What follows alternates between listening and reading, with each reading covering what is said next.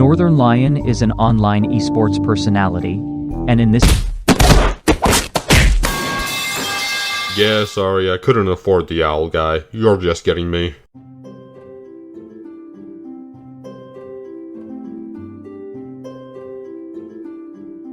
When it comes to conversations of content kings, often referred to as COCK, Ryan Gary Letourneau is at the bell end of these discussions. With his position of being one of the elder statesmen of YouTube, NorthernLion, as he's referred to online, has been making Let's Play since 2010. Throughout those many years at the content mill, he has paved the path for nearly every famous gaming YouTuber. Half of these YouTubers have been disgraced and ran off the platform. The other half consists of the likes of Markiplier, Fatnuts, Fauna, Ludwig, and XX Isaac Baby XX, to name but only the most notorious tubers. Though NorthernLion is responsible for inspiring many tens of people, he has not gone this long decade without controversy.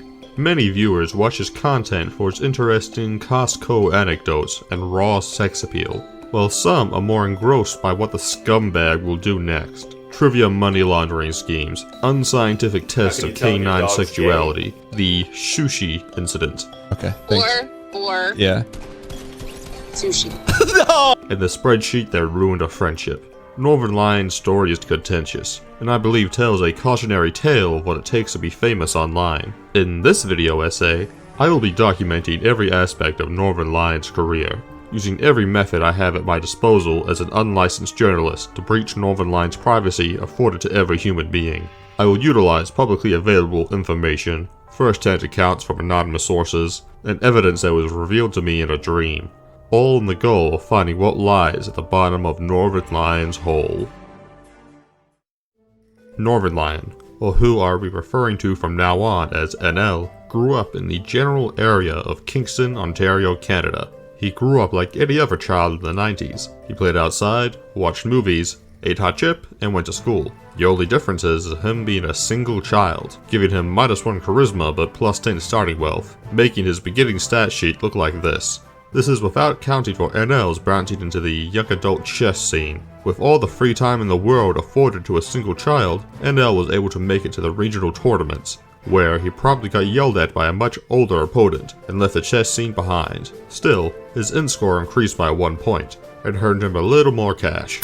This gold was invested in keeping up with gaming console releases, from the NES to the PS2, NL made up for his lack of a social life by surrounding himself with technology. His mother, Miss Letourneau, had this to say in reference: "Ryan always loved playing with his tech gizmos that us parents could barely understand. When Ryan no longer had siblings to play with, he developed a strange habit of talking to himself while playing for these video games. It's funny then, the only thing getting him away from Nintendos was to take him to the movies, and even then he kept talking to himself. During a screening for the first Pirates of the Caribbean movie, one of the fearsome pirates jumped out. Ryan jumped up from his chair and yelled, 'Don't hurt me!' he shouted. 'My name is Ryan!'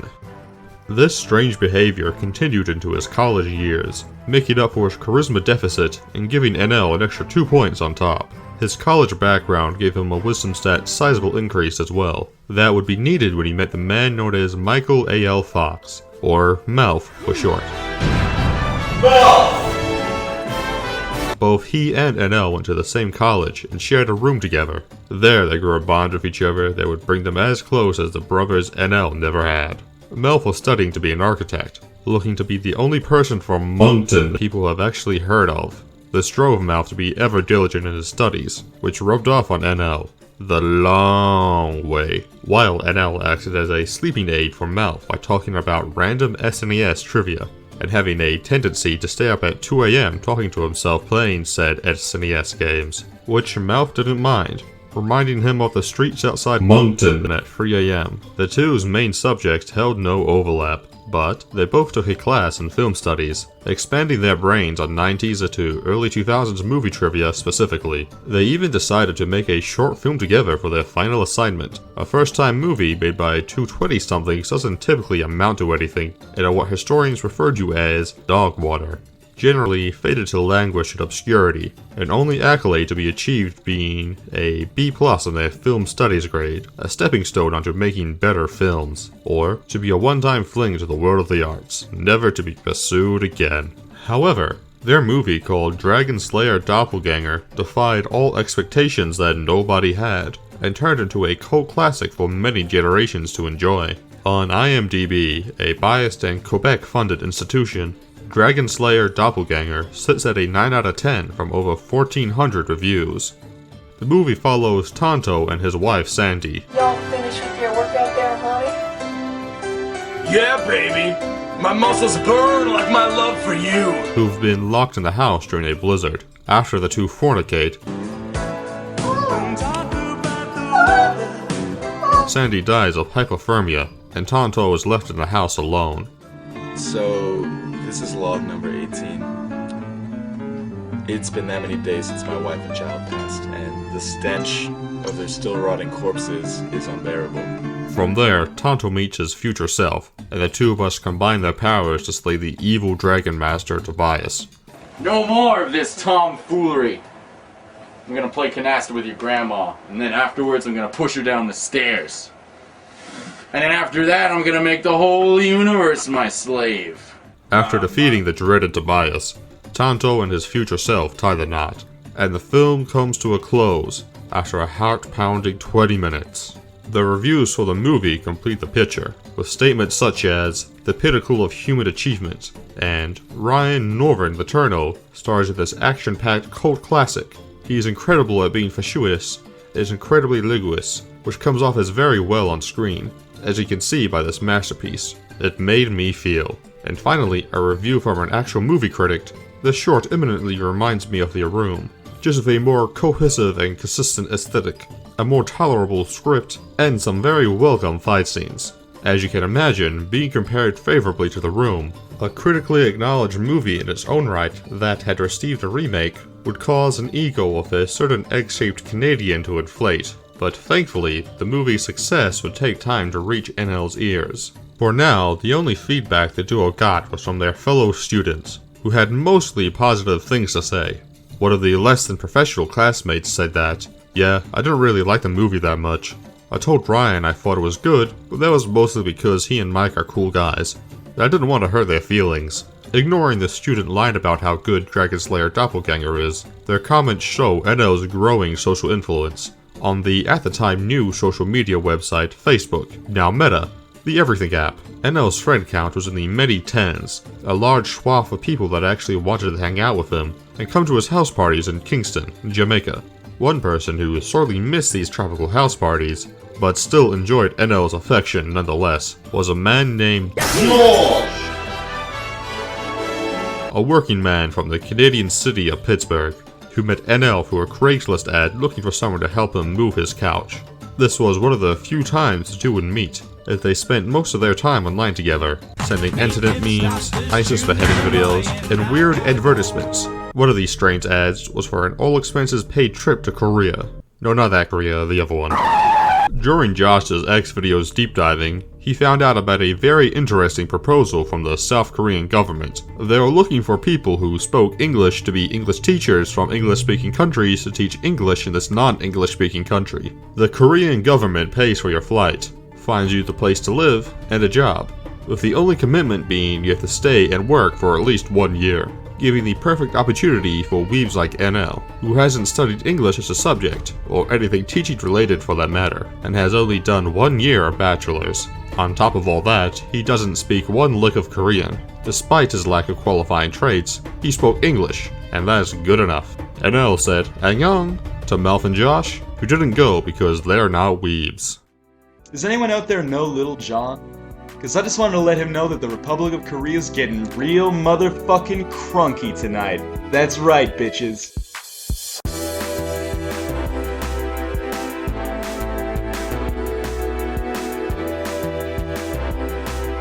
Look, Ryan Cafe. That's you. Teaching in South Korea was a strange time for the bald Notathon out of water NL. This is the first time he had ever been so far away from home. Now he was in a foreign country where he only knew enough of the language to ask where the toilet is and say, "Hey everybody!" Because of this, NL fell back into his more reclusive side that he had worked so hard to remove during college. In the online world, NL still had all of his friends, but being in a different time zone made maintaining those relationships tough, so he stayed up late into the night to hang out with his buds online, and nap during the day. This further isolated himself from the people around him, with some of his neighbors even referring to him as the Glailon Egma, or Egg Demon, a mysterious monster that only appeared at night, or in the laundromat. Despite this, he slept, worked, ate, gamed, and repeat, forming a rigid schedule where he efficiently completed work and had time to spare. Through keeping up this docket for 2 years, NL was able to form his key foundational traits, but it came at the cost of losing all of his hair by the age of 22. Alas, it was worth it for what he gained, and what will go on to separate him from most other streamers. He worked a public-facing job for 2 years. NL forged his body in the same flames that other streamers couldn't even stand the embers of. He learned patience, resolve, how to dedicate oneself to a mindless task, and most importantly, what it's like to be a normal person. Through doing this hard work that would drive a regular man insane, NL gained an astonishing +3 to his con, +2 to his int, and an extra +1 to Ka and Wiz respectively, causing his final character sheet to look like this. Impressive, to say the least. He's heating up! Merry Christmas, Xbox. It's Usher. Although NL spent most of his time at work and sleeping, he still had time for hobbies. NL took solace in the 2 pieces of technology he brought with him, his phone and his Xbox 360. NL had been a PlayStation kiddie for most of his life, but Josh suggested that Xbox is planning something big this year, so NL acquiesced. This became his only lifeline for the next year, as the only other people he would talk to on a regular basis was Korean children. Though it was his job to teach them English, it would take a while before they knew more than pointing at a black man and shouting, Teacher! Obama! Perhaps because of this longing for a social connection, NL looked to the internet for community. There he found the relatively new website of YouTube. No, I'm not going to explain what YouTube is, you cannot make me. It was going through a new era of creators called Let's Players. These are people who played video games while commentating over top of their gameplay, and earning money through YouTube's AdSense program. It reminded NL of much of his childhood, when he sat alone in his room talking to himself about going to Safeway while playing Super Punch-Out. The thought enraptured the young egg, to finally be able to achieve his childhood dream that even Melf laughed at him for, and to be in the newly favorite country of Korea all the while. NL would later describe this as a high point in his life, where he looked out into the world and all of its wonders he could achieve, and wept tears of joy. Same friend of mine were eating at a restaurant. When we left the restaurant, an old man came up to us and saluted. The other thing is, because I lived in Korea, I know enough to at least laugh when it's time to laugh. 실례합니다. Burger King 어디에요 주세요? Burger King! Dude, I know, I recognize that word. So, with nothing better to do other than forming social connections with the people who lived around him, NL would upload his first ever Let's Play to YouTube. Hi guys, and welcome to my Let's Play of Super Punch-Out on the Super Nintendo. And the trick for this guy is really just to pound his arthritic, brittle-ass bones until they crumble like cheap sidewalk chalk. This may come as a shock for some viewers, but Super Punch-Out didn't exactly pull in the cloud. But Super Punch-Out didn't exactly pull in the cloud. Fucking goddamn. This may come as a shock for some viewers, but Super Punch-Out didn't exactly pull in the crowds. So, NL scrutinized the aisles of the Xbox 360 for its greatest games below 5,000 won. Unfortunately, that ruled out actually good games like Mass Effect 2, or Bioshock 2, or Just Cause 2, or Mafia 2, or instead he looked into a new feature of the 360, the Xbox Live Arcade, which was a storefront for smaller budget indie games. Up until 2010, most indie games were relegated to tech-savvy PC nerds who exchanged their games with each other like they were swapping spit, or they were internet-based flash games hosted on websites like Newgrounds, the stomping grounds for kids who only had an internet connection to their name. The Xbox Live Arcade was the first time the wider gaming audience was exposed to the world of indies. One game that was able to take advantage of this new wave of visibility was the little flash game called Meat Boy. Here, pictured is me sucking absolute donkey dick at this game. A cult underground hit that harkened back to the good old days of tough-as-nails platformers, a genre that had yet to be milked like an almond in California. Meat Boy made itself stand out at the time by actually being good, a rarity amongst the genre even today. It also offered an edgy sense of humor that was very popular on the website Newgrounds, which had yet to find broader appeal. In Meat Boy, you play as a meat boy throwing yourself in the used pile of needles and fighting off the tastefully named AIDS enemies. All the while, you strive to save a forest from being destroyed by a man named Dr. Fetus. The game spoke much to NL's sense of humor at the time, making way for the soon-to-be infamous Dog Gay joke that I will not retell here for fear of repercussion. When Meat Boy came to the Xbox Live Arcade as Super Meat Boy, NL was one of the first people to make a Let's Play series on the game, changing his life forever. Even though this was only the 5th upload to his channel, it saw immediate success, getting over 40,000 views in the first 2 months. A surprising windfall for the start of one's YouTube career. Even large influencers like Barack Obama only got 20,000 on his first upload. This was in due part to simply being at the right place at the right time. Super Meat Boy had just been released, and given how different it was to other prominent games at the time, other more established Let's Players hadn't even heard of it, or if they did, they vastly underestimated how popular it would be. Oh my god, he completely fuck this fucking fuck. Because of this, they all missed out on the new wave that was the indie game revolution, of which NL was the mullen-capped captain firmly at the helm. This isn't to say that NL's entire YouTube career was built solely on luck. Just most of it, because viewers clicked on Super Meat Boy to watch the Meat Boy, but they stayed for the Meat Man.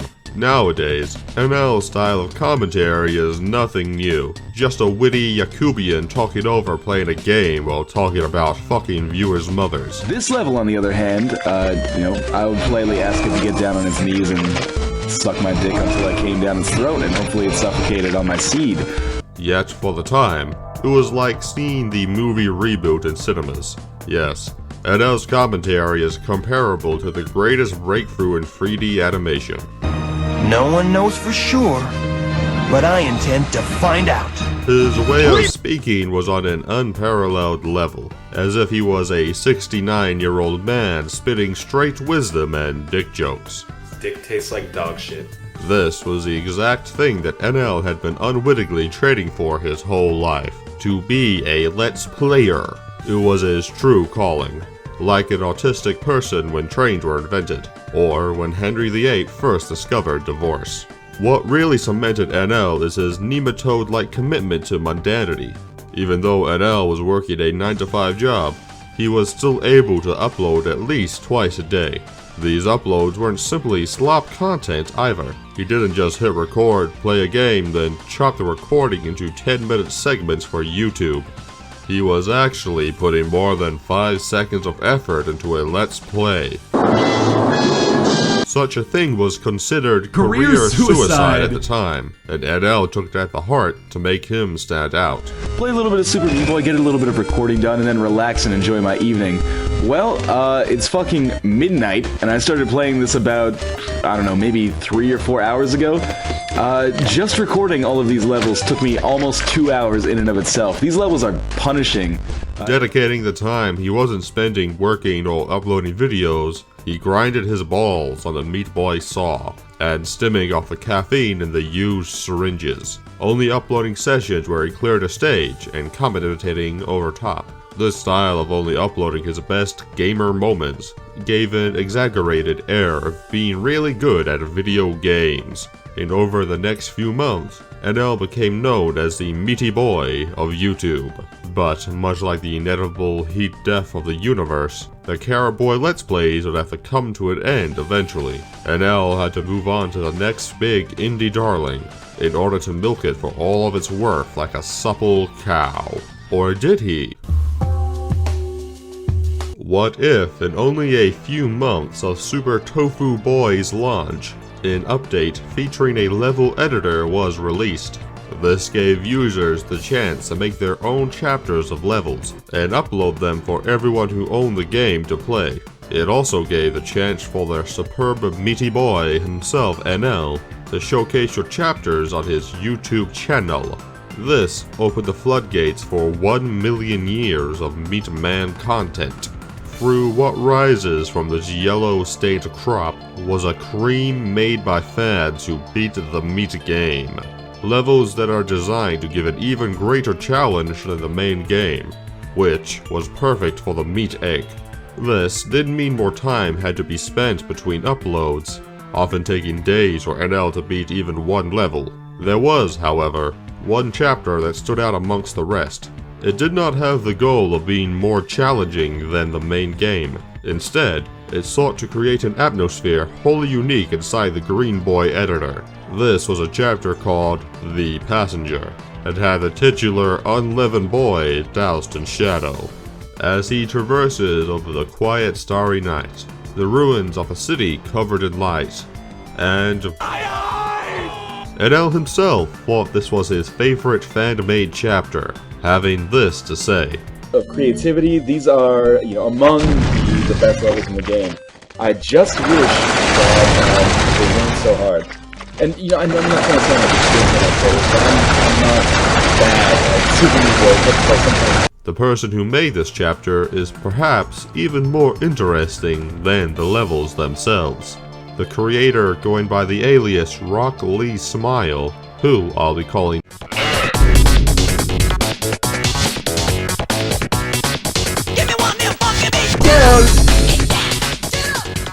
like NL. Neck has a YouTube channel where he plays indie games, and has a strong fondness for the weird and the wonderful. This can be found in his Indie Games Impression series, where Neck has an oddly high hit rate for playing game genres that will dominate YouTube in the coming years. Like when he showcased the game Chromacity Bombinate, a game where you walk around a very interesting empty room, reminiscent of a 90s office building, and your only light source is a flickering beacon. I don't understand. That sounds like some kind of photo supplies, like if you're working in a photo lab, you need to refill the fixer tank with chromaticity bombinate.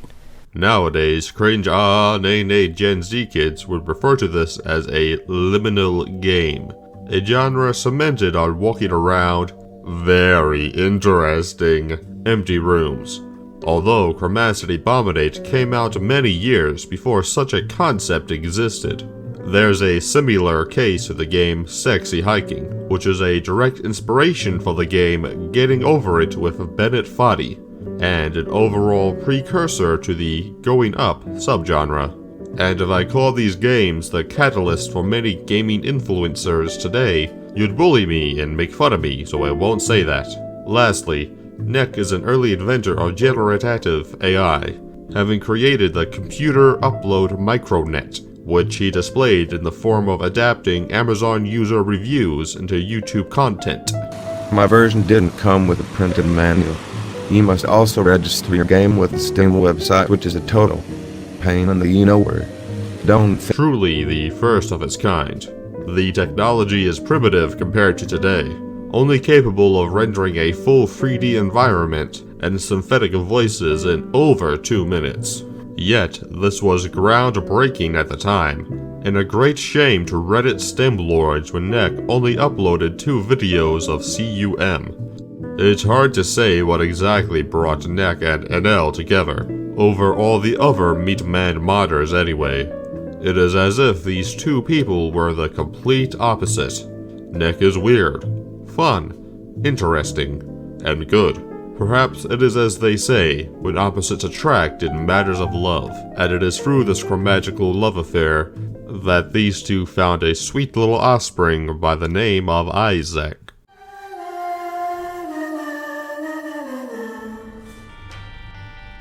The game, The Binding of Isaac, is a procedure-allied generated top-down twin-stick shooter, where you collect items that augment your abilities, and when you finish a run, you start back at square one.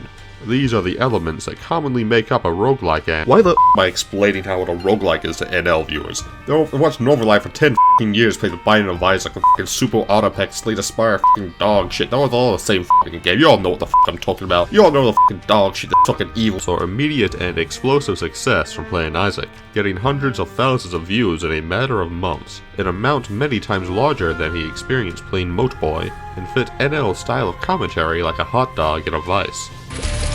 Frequently called a key, the Spanish word for mother's vagina. Don't question me. I know how to speak Spanish. I lived in Korea. Completing a full Isaac run, as they are called, took 20 to 30 minutes, which meant that 1 or 2 runs fit neatly into one episode, during which NL could flex his charisma and yap to his heart content about Korean pizza or food poisoning or dogs' penises. How can you tell if your dog's gay?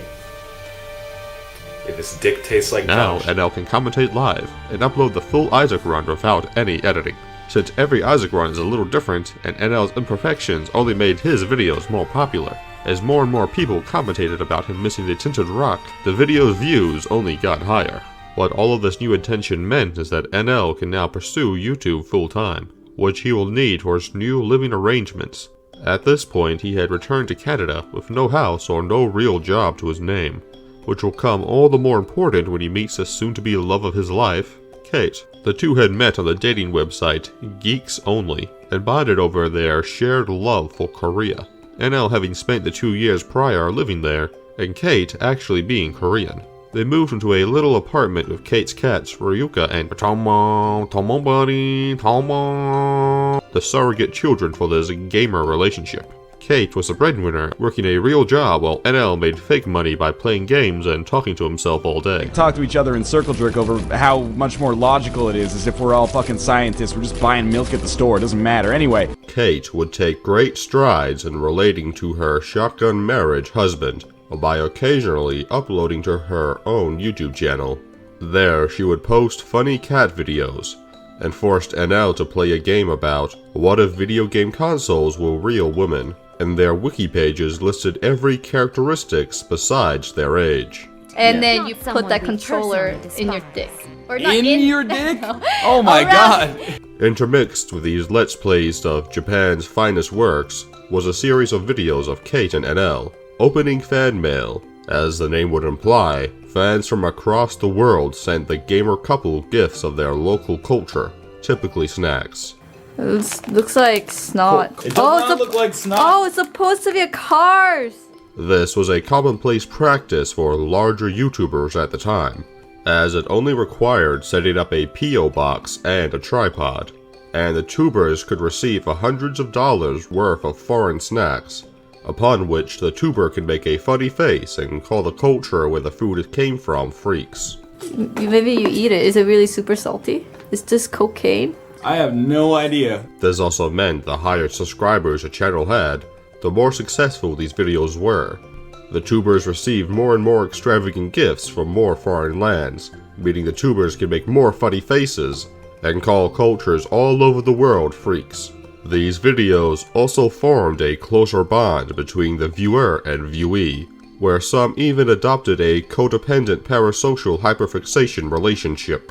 Such is the case with the viewer Banal, who posted a 5-kilogram box of Swedish snacks worth over 200 Canadian dollars. We got a package from Banal and Achievement Dude. It's 4.8 fucking kilograms. PPS, this cost us like $200. Oh my god.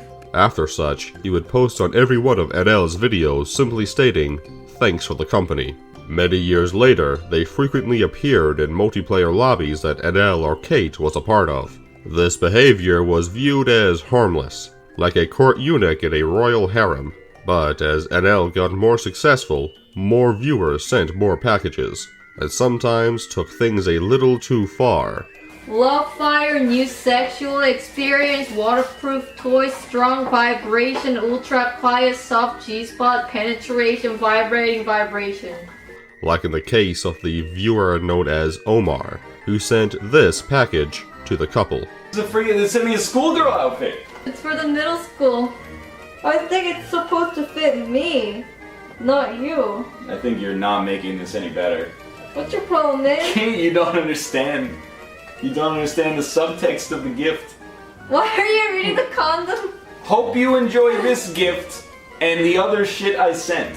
Hope you enjoy this gift. But it's for the Sailor Moon, This put a heavy strain on the idea of receiving random mail from viewers, but it was in tandem with another event that ended not just this series, but fan mail unboxing for most of YouTube.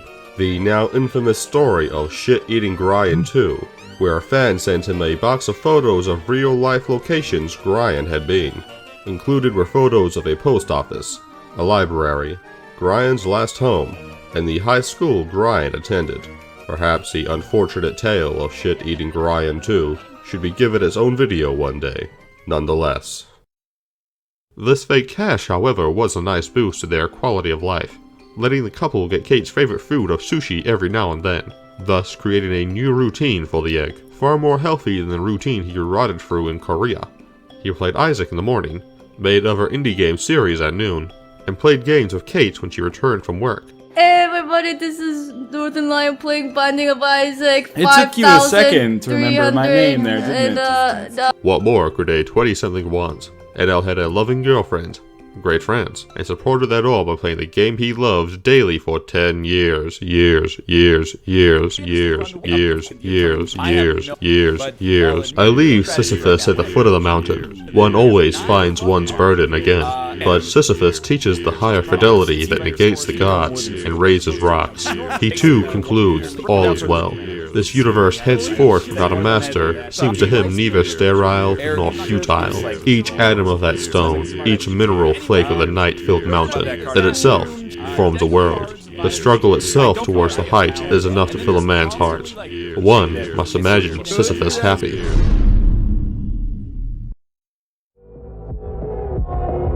Get it twisted, you are a pawn in a universe chess match. You mean nothing to God, if they even exist. You're a rounding error. You're 2 pennies on a Fortune 500 company's balance sheet. They don't care about you in the slightest. Get it twisted.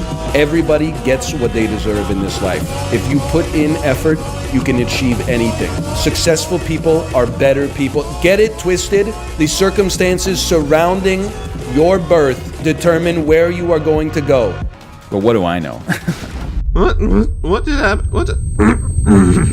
Sorry, I blacked out for a second there. Anyway, though NL may have been forged in the fires of teaching children, it is in doubt that any man can remain sane playing the same game for so long. In what ways has becoming the modern-day Sisyphus altered the egg's mind? Why do I got fucking hiccups? Perhaps we will find out later. For now, let NL wallow like a pig in the mud of his newfound triumph. For many tubers, getting one big break would use up enough luck for one lifetime. And yet NL got 2. First, riding the red meat wave to success. Then, the Binding of Isaac tsunami, almost completely eclipsing any and all Meat Boy's success. All on top of the surfboard that is Ed McMillan's aerodynamic schlong, the creator of both games.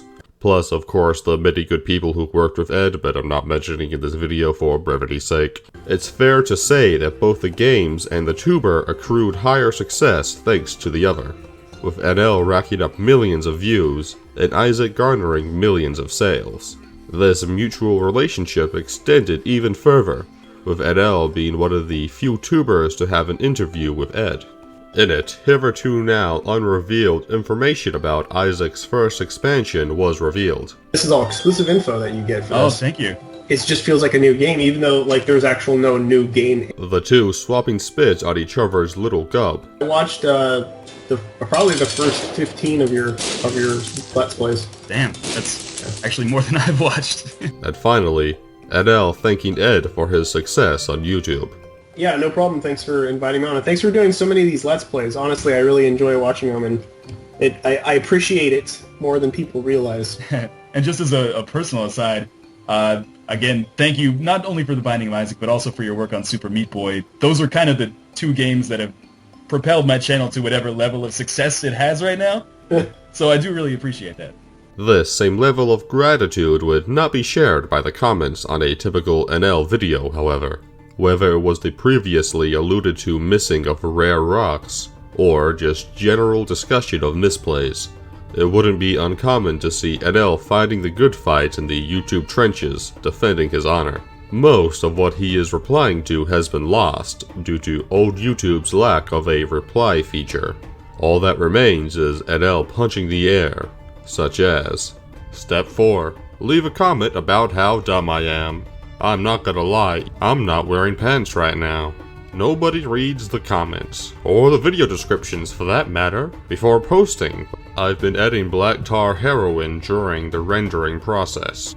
Doctor, it burns when I pee. My job isn't being MLG Pro at the Binding of Isaac. My job is to provide entertainment. If you're not entertained, there's no hard feelings if you decide to stop watching the videos. But what I don't appreciate is the entitlement or indignation that some people show when I make a silly mistake. Sorry. If my personality was a woman, I would be a deeply conflicted man right now. A strange pattern of behavior that may be indicative of what's to come later, but not all comments were hard-boiled. Most, in fact, were over-easy, eschewing his gameplay and commentating positively on NL's commentary that has grown greatly over even just a year ago. Hey, 2 cents. I'm already doubling my money. No wonder people get addicted to gambling. Hey, at least I broke even. What do you mean you're taking my house? But if these commenters were laughing with or at NL is another story. As the days of Isaac went on and it became clear there was no end in sight, his mind started to warp little by little. I accidentally swallowed a key during dinner last night. I want to make sure that I recover it, and probably go to the hospital because I probably have some deep bowel tearing. Though Isaac is a game with at least 100 different outcomes, NL found himself rubbing up against every possible permutation. As with any relationship that's gone on for 30-odd episodes now, things are bound to get a little bit dry sometimes. The game grew more tame, and any potential synergy had already been found, or patched out. Challenge runs started to be suggested by the comments, which added more variety, but those were just a stopgap. A duct tape solution to the problem that is Isaac. As a permanent fixture, Isaac is not going anywhere, but you don't want to... No matter what NL does, or how many expansions or items are added to the game, starting a Let's Play of this game that at some point it is indeed going to... I'm not going to say finish, but the videos are going to come a little bit slower. So just relax. Let it happen. The thing is, I'm not going to be able to do one Isaac video a day for the rest of my entire fucking life. He is simply playing too much Isaac, more than any human should. A time will come when the Isaac event horizon has been reached, upon which NL would not be able to return home from the same. Career suicide. NL's mind slowly started to turn deranged, letting his sexually charged inner demons into Let's Plays. So we want to get Derek to come over tonight.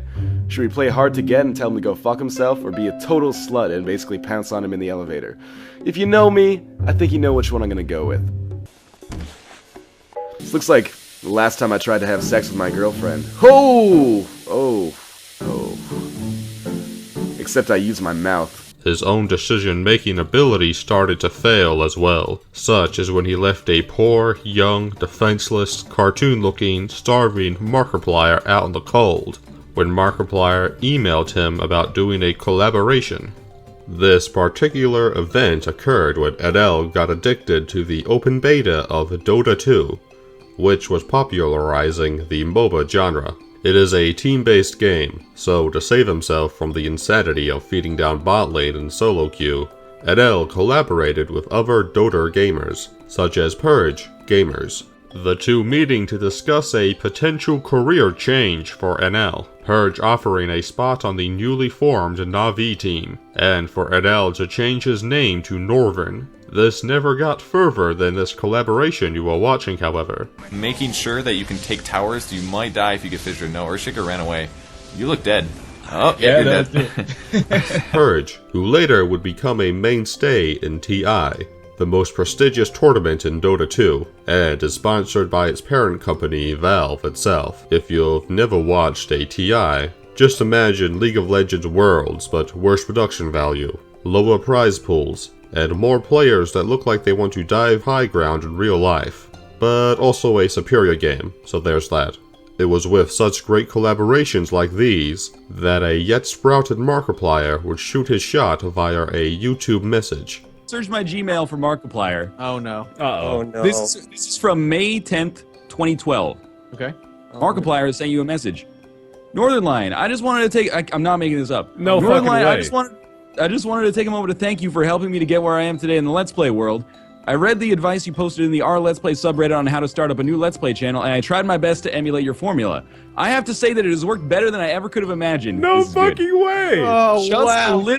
Just a little over a month since I started, I'm approaching 1,500 subscribers. Oh my god. It is because of moments like this that are sprinkled throughout NL's early days that led him to yearn for what could have been. Perhaps a 37 million subscriber Let's Player channel, maybe a successful Dota 2 shoutcaster, or even having a full head of hair. It may come as no surprise now, given NL's current state. Would you still love your wife if she was a worm? What the hell kind of question is that? No? But no one at the time could possibly foresee this downward spiral. Kate only had so much time in her day, between work and uploading to her own YouTube channel.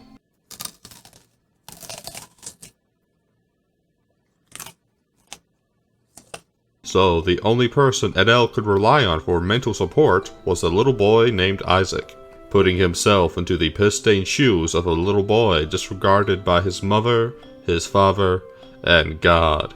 NL saw himself in the boy more than he'd like to admit, treating his time spent with him as some kind of therapy, even going so far as to rename his Steam account to Isaac Baby to better reflect his new twisted world internal view. The outside view was a much different story. NL still seemed like a person who had yet lost his sense of wonder. So when Rockley Smile approached NL about starting a new show together, NL made the best decision of his career, and the worst decision of his life. NL, Neck, and the two's friend at JSmithOTI, aka Josh. The idea came about when the site Justin TV was rebranding into Twitch, and YouTube started to develop their own live streaming on their own side.